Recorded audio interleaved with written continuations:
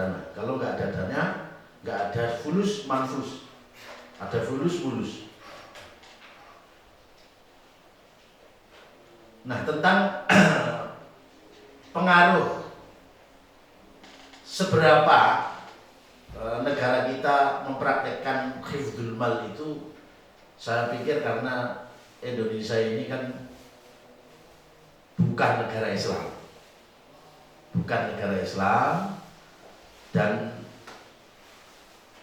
banyak agama-agama di Indonesia, sehingga itu mempengaruhi dalam hal tandim dan taknim, membuat nizam, membuat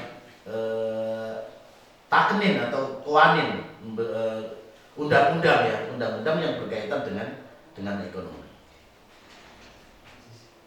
Seberapa jauh sudah mempraktikkan hifdzul mal saya kurang tahu, karena yang jelas yang saya tahu itu sedikit banyak mempengaruhi tentang praktek daripada hifdzul mal yang secara Islami tadi.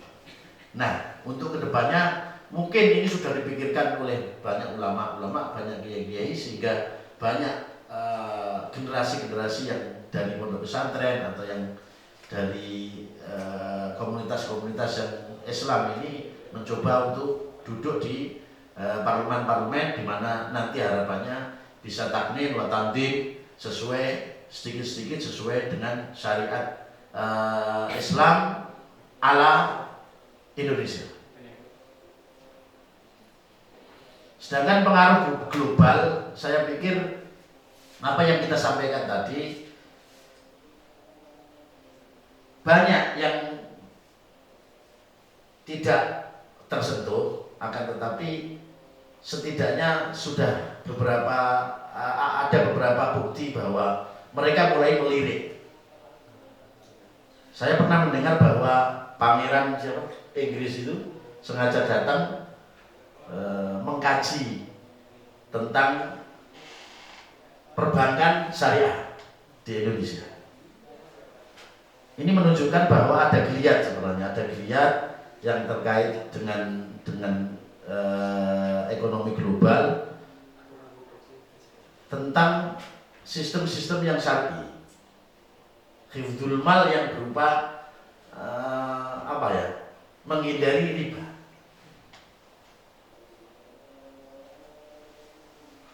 Saya juga pernah baca sebuah buku yang menurut saya mungkin sudah mulai masuk ke pemikiran seperti itu.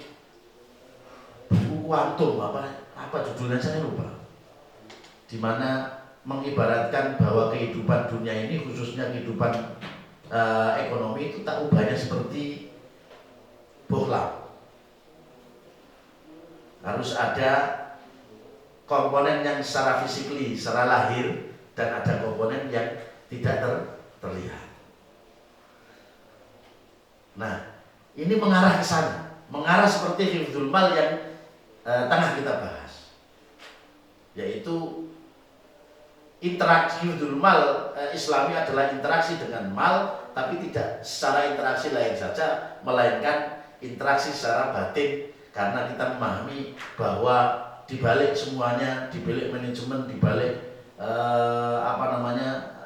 ini dan itu yang kaitan dengan menghasilkan harta, itu ada yang ngatur, yaitu Maha Besar Allah Subhanahu wa Ta'ala. Ini mungkin yang saya bisa sampaikan, karena saya juga kurang begitu menguasai kalau urusan global, tapi mudah-mudahan sedikit ada gambaran, dan nanti kita bisa lanjutkan ke diskusi bersama Kiai Haji Bashir Fadullah. Sekian, wassalamualaikum warahmatullahi wabarakatuh.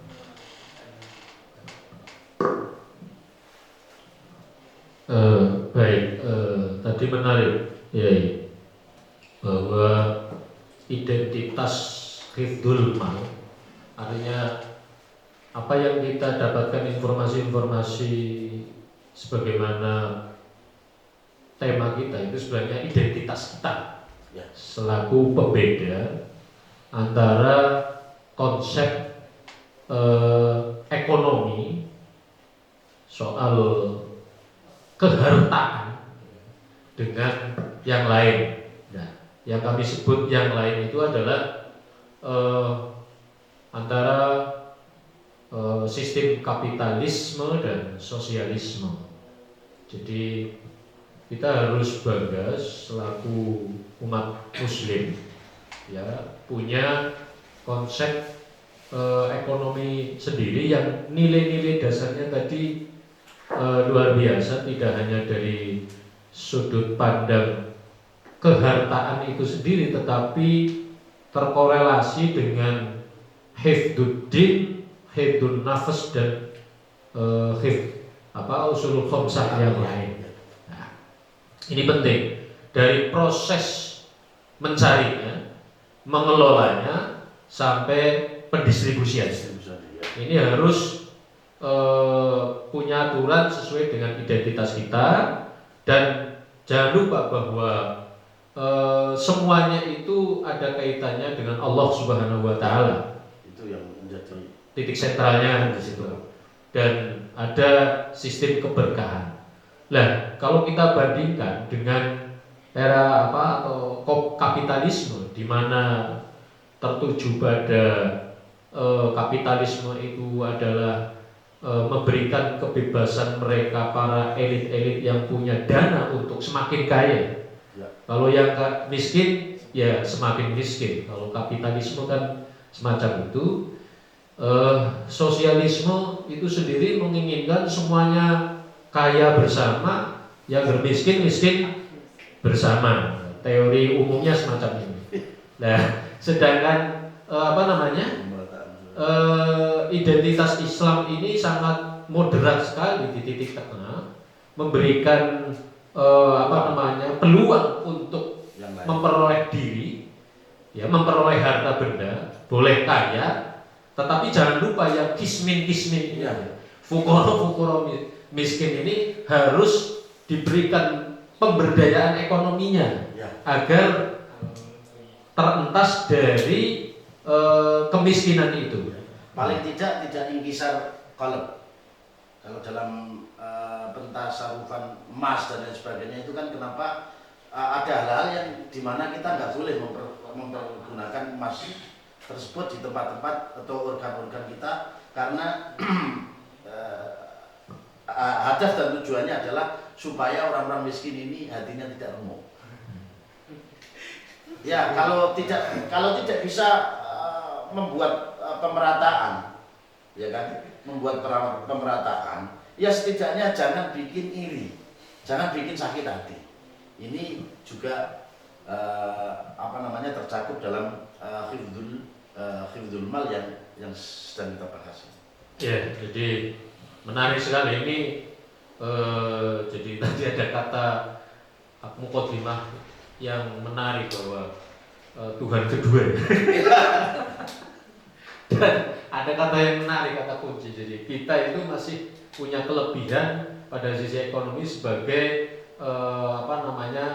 maklar, baru sebatas di bidang jasa, belum produksi, ya, belum penjualan, belum tapi jasa, pelayanan dalam bidang agama, juga bidang politik, maklar bidang agama dan maklar bidang politik.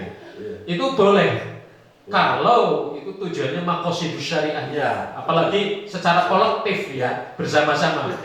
Ojo li gopek dhewe. Ini mengajak, ya, teman-teman yang punya kelebihan. Itu tadi masuk ke ranah ragus tadi.